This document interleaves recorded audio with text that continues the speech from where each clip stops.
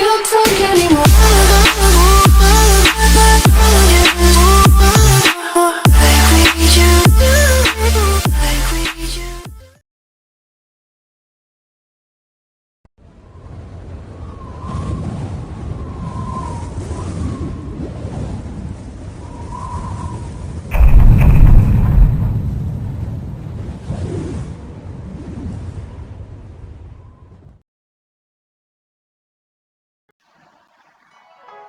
Sejarah tamadun Cina. Asal-usul tamadun Cina yang bermula pada zaman batu terakhir daripada 4000 sehingga 2000 sebelum Masihi. Zaman Neolitik daripada Monglongshan dan Liangshan. Perkembangan komuniti menetap yang bergantung kepada perburuan dan pertanian semi tetap yang bertumpul di Sungai Kuning ataupun Lembah Huangpu.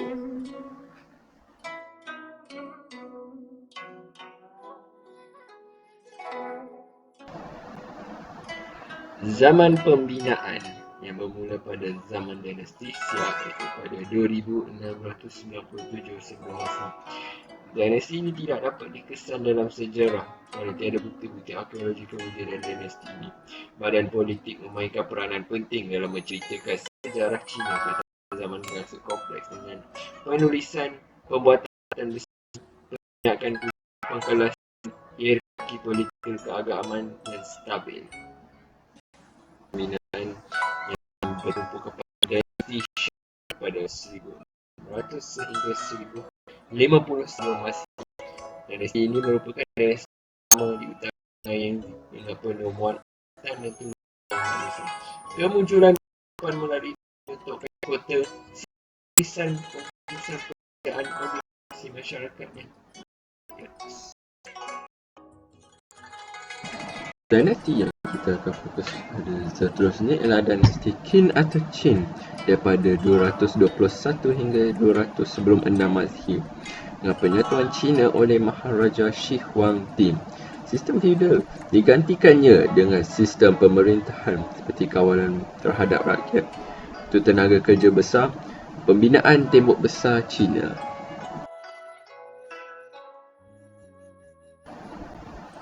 Zaman keagungan tamadun Cina ialah pada zaman dinasti Han, iaitu daripada 202 sehingga 221 Masihi, yang didirikan oleh Maharaja Gao atau gelarannya Liu Bang, iaitu merupakan seorang petani yang memenangi peperangan saudara. Dinasti ini merupakan antara tiga dinasti yang paling berpengaruh dalam bidang pentadbiran empayar yang luas dan penduduk yang ramai, iaitu seramai 60 juta orang. Jalan sutera juga menghubungkan barat dan timur dengan penemuan kertas daripada Bulong, penciptaan seismograf dan kemasukan agama Buddha.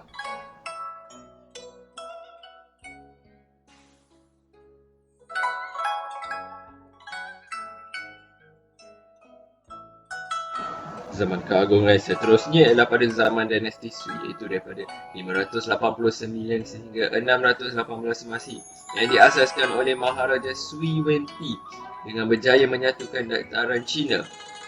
Menggunakan sistem ujian negara, iaitu mendapatkan orang berbakat menjadi pegawai negara dan penyusunan kalender Huangji. Tamadun Cina yang seterusnya ialah pada zaman dinasti Tang, iaitu daripada 618 hingga 907 Masihi, iaitu dengan pentadbiran yang lebih teratur. Dinasti ini merupakan zaman keemasan dalam kesusastraan Cina dengan penciptaan jam mekanikal dan pengamalan falsafah komputer. Zaman peralihan tamadun Cina pula berlaku pada zaman dinasti Song, iaitu daripada 900 sehingga 1271 Masihi, yang diasaskan oleh Jeneral Chao Hong-nin.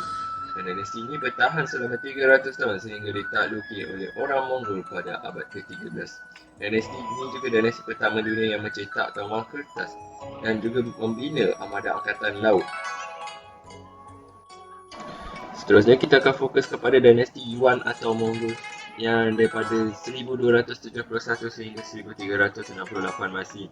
Dinasti ini juga merupakan salah satu daripada dua dinasti asing di China yang didirikan oleh orang-orang Mongol di bawah pimpinan Kublai Khan. Beijing telah menjadi ibu kota dan juga menggunakan sistem perundangan Han. Fokus pada dinasti Ming, iaitu daripada 1368 hingga 1644 Masihi, yang diasaskan oleh Chung Yuancheng Dan dinasti ini merupakan salah satu dinasti yang memberontakkan petani. Pemerintahan yang terakhir memerintah langsung dan pemberontakan petani Kisah ini untuk mengembalikan kuasa ke tangan orang Cina. Zaman ini juga zaman kemuncak penyebaran Islam dan zaman ini menggunakan sistem nasional itu Keju dan disusun selama 12 tahun itu asas kestabilan politik ekonomi.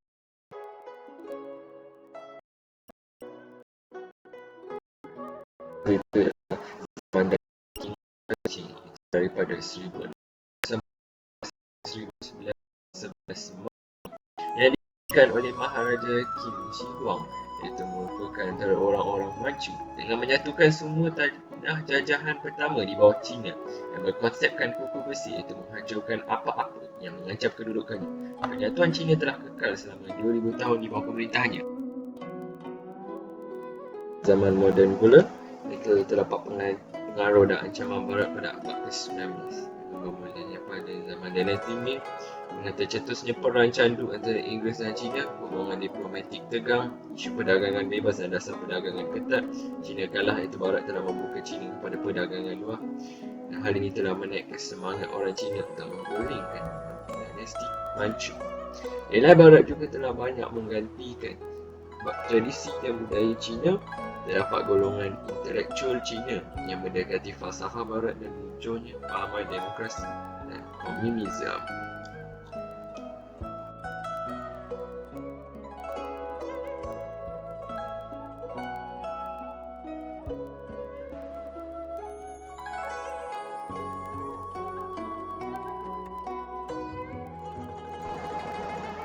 Seterusnya pula, China berusaha untuk memulihkan negara dengan melancarkan gerakan menguatkan diri, gerakan pemberatan daripada 1861 hingga 1895 masih dengan memodelkan ketenteraan dan industri. Hal ini gagal akibat kelemahan dinasti Qing.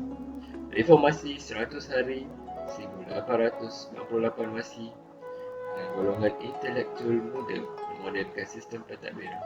Hal ini gagal juga akibat rampasan kuasa Maharani dan Uyghur, dan reformasi ini tidak disetujui oleh ramai masyarakat China.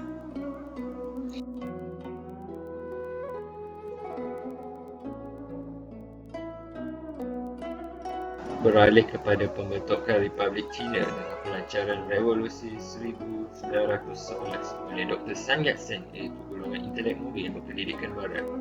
Ini telah berjaya menumbuhkan dinasti Qing.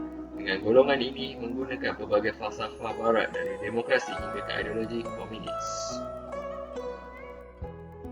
Beralih pula kepada zaman kontemporari, iaitu komunis dan kejatuhannya ataupun kebangkitan semula. Pertama itu pada era Mao Zedong, itu daripada 1949 sehingga 1976 Masihi, dengan penubuhan Republik Rakyat China selepas kemenangan Parti Komunis China yang diasaskan oleh Mao Zedong. Revolusi kebudayaan pada 1966 Masihi menggunakan ideologi komunis untuk memulihkan tamadun China yang disambut oleh ramai orang muda dan pelajar mengikuti Red Guard. Penglibatan ketenteraan juga sangat kecil kecuali apabila konflik bersenjata tercetus. Hal ini gagal kerana nilai tradisi menebal di kalangan rakyat China.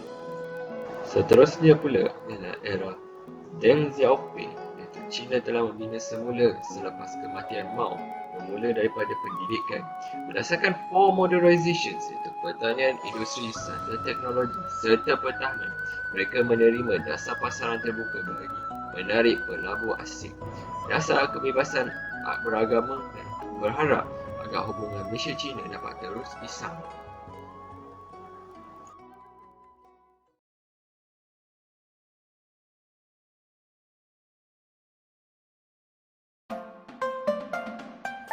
Sistem pemerintahan tamadun Cina.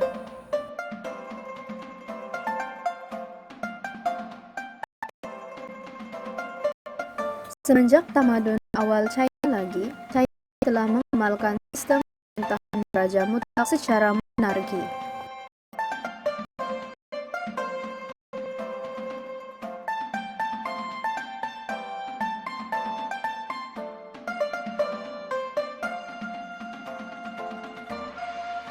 Orang Cina percaya raja diberi mandat oleh Tuhan untuk mentadbir. Pada zaman dinasti Shang dan Zhou, raja berfungsi sebagai ketua agama dan angkatan tentera. Pada masa itu, China mengamalkan sistem feudal. Zaman kemaharajaan yang paling gemilang ialah ketika China diperintah oleh Shi Huangdi.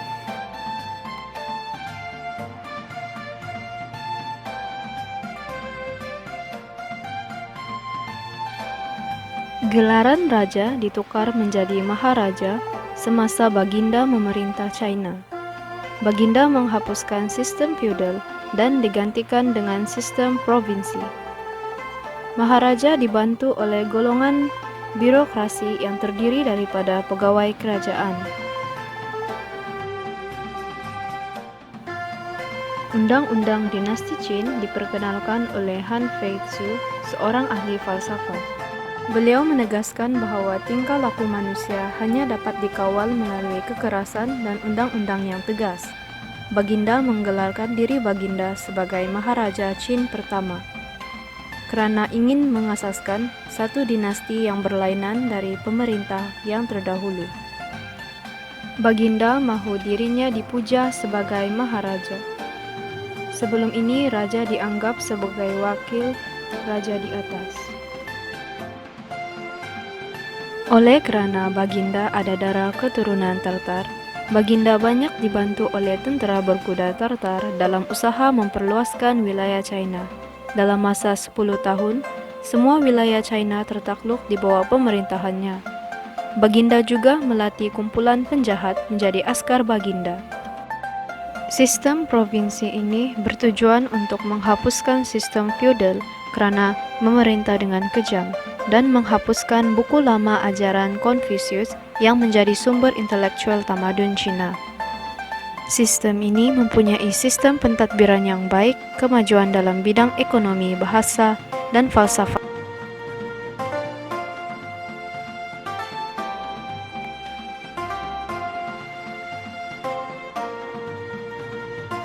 Doktrin sistem politik China secara umumnya banyak dipengaruhi aliran falsafah legalisme dan Konfusianisme.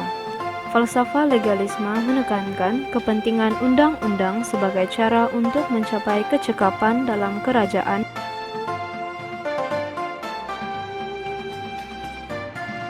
Manakala aliran Konfusianisme merupakan himpunan idea yang bersifat berpandukan etika berpusat kepada kehidupan yang teratur dan penyusunan masyarakat yang baik.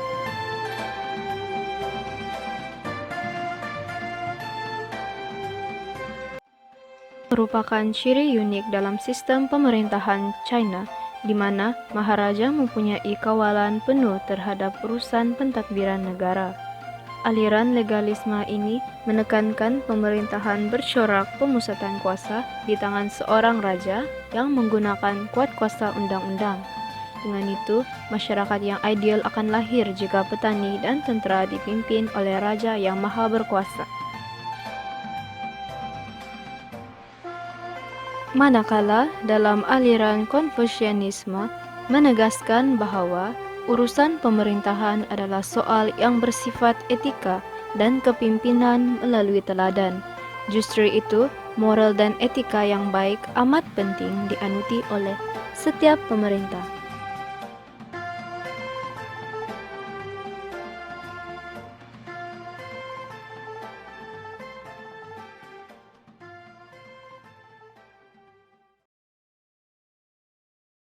Agama dan kepercayaan tamadun Cina. Terdapat beberapa bentuk kepercayaan pada zaman tamadun Cina. Masyarakat di tamadun Cina mempunyai kepercayaan terhadap alam sekitar. Ini menyebabkan mereka menyembah alam sekitar seperti matahari, bulan, bintang, bumi dan sebagainya yang dianggap mampu mengubah sesuatu keadaan. Kepercayaan terhadap nenek moyang juga mempunyai pengaruh dalam kehidupan seharian. Amalan pemujaan dilakukan agar roh nenek moyang mereka masih mempunyai pengaruh ke atas kehidupan mereka. Kepercayaan terhadap anak syurga dilakukan dengan menunjukkan unsur suci dan sakti yang mampu menarik keyakinan dan ketaatan rakyat kepada pemerintah tersebut. Anak syurga dianggap sebagai perantara antara bumi dengan syurga. Contohnya, dinasti Zhou mengamalkan kepercayaan tersebut untuk mengukuhkan kedudukan pemerintah dinasti Zhou. Agama Buddha, Confucianism, dan Taoism juga diamalkan pada zaman tersebut. Kini, tiga agama ini merupakan agama yang paling dianuti oleh masyarakat berbangsa Cina. Agama Buddha. Kedatangan ajaran Buddha semasa dinasti Han oleh pemerintah Maharaja Ming-ti. Agama Buddha mendapat tempat di hati rakyat ketika dilanda masalah peperangan dan perpecahan. Ia dibawa masuk dari Sri Lanka. Sehingga hari ini, agama Buddha merupakan agama yang signifikan di antara masyarakat Cina.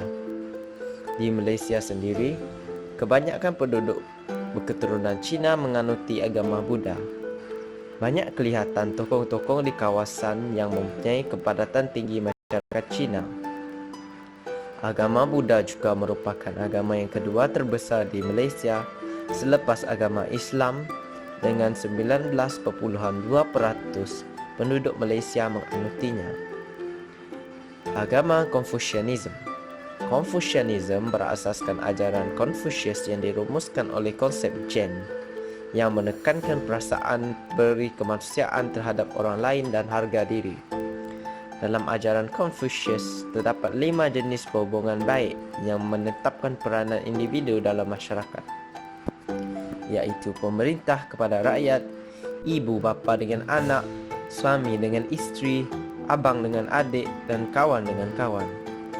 Ajaran ini berubah sedikit demi sedikit sehingga menjadi sebuah agama. Ajaran Taoism diasaskan oleh Laozi dan Chuangzi adalah satu jalan atau cara untuk mencapai keharmonian dengan alam semesta. Agama ini menekankan keamanan dan keharmonian akan dicapai sekiranya manusia tidak mengikut hawa nafsu untuk mencapai materialistik. Dianggarkan ada sebanyak 12 juta populasi penganut Taoism di dunia ini.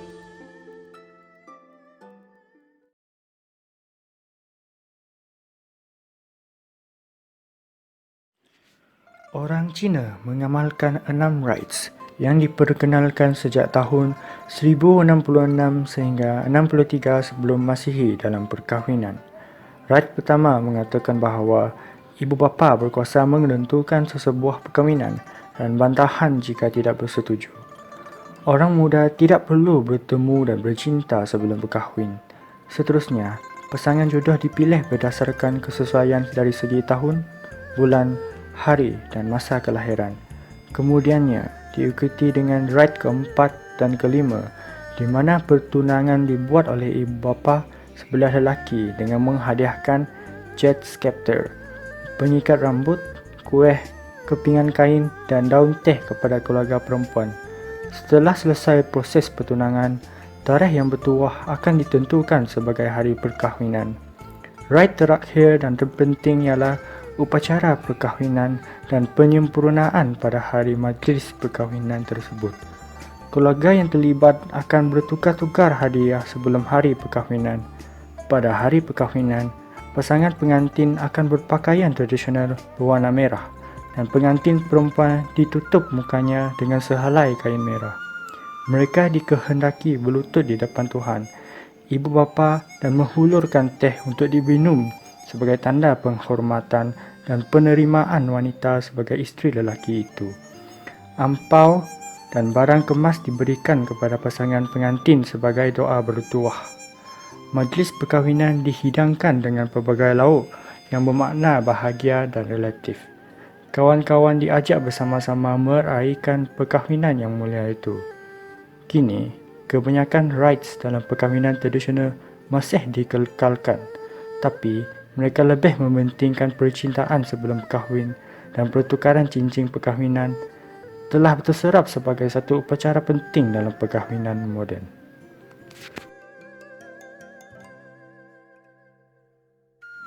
Orang Cina percaya bahawa kematian seseorang bermaksud kehidupan dunia yang telah berakhir dan bermulanya kehidupannya di dunia bawah atau dikenali sebagai Yin. Pelbagai upacara dilakukan oleh ahli keluarganya dengan harapan bahawa orang itu dapat hidup dengan baik dan tidak menderita di dunia bawah.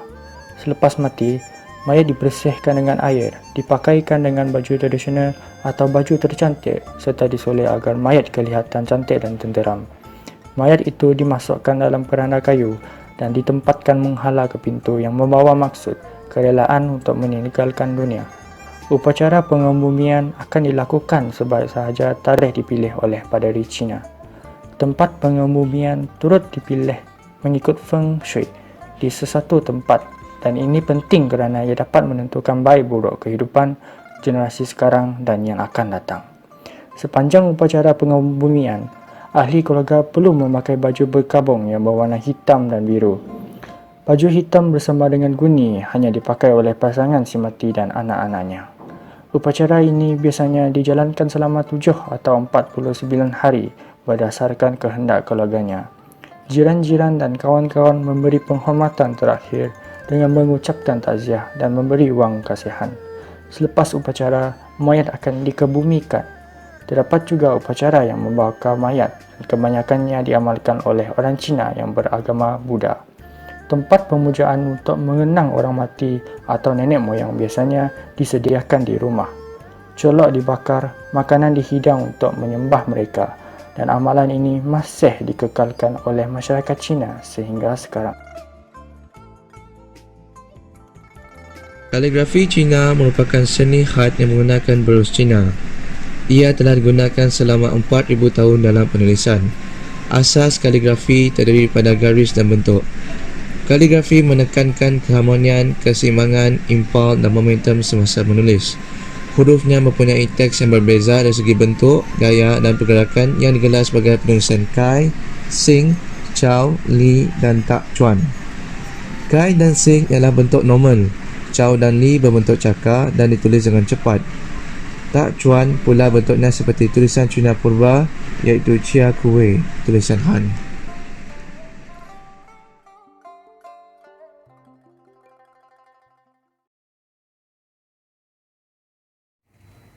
Tamadun China, seperti yang anda tahu, telah menyumbang banyak dalam ketamadunan sejagat dan dapat dilihat sehingga kini.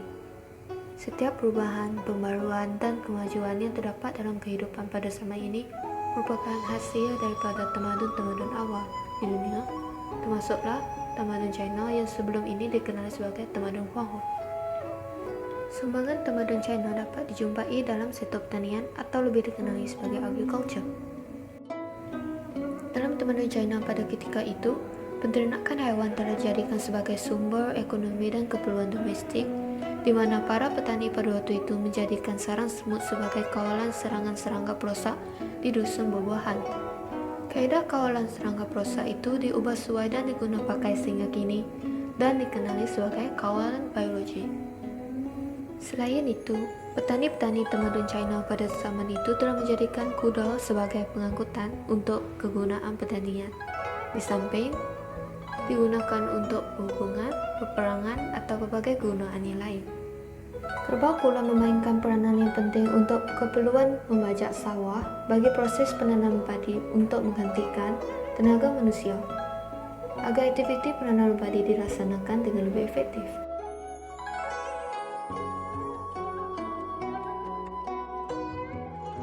Seperti tamadun-tamadun yang lain, tamadun China turut menyumbang dalam kemajuan bidang navigasi, yaitu pelayaran.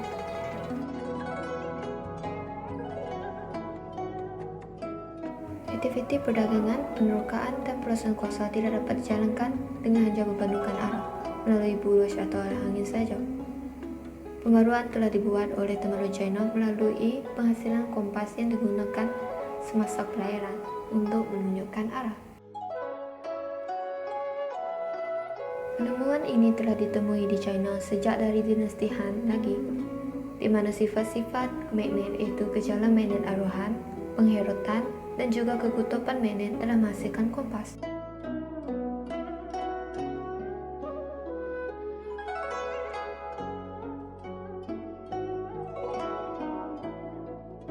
Dalam sistem bahasa dan sistem tulisan, tamadun China telah mencipta sistem tulisan Hanzi yang berdasarkan 6 prinsip penulisan. Yang pertama ialah lambang bergambar, lambang petunjuk fikiran, gabungan bentuk bunyi, mutual semantic transfer, dan akhir sekali, loan character.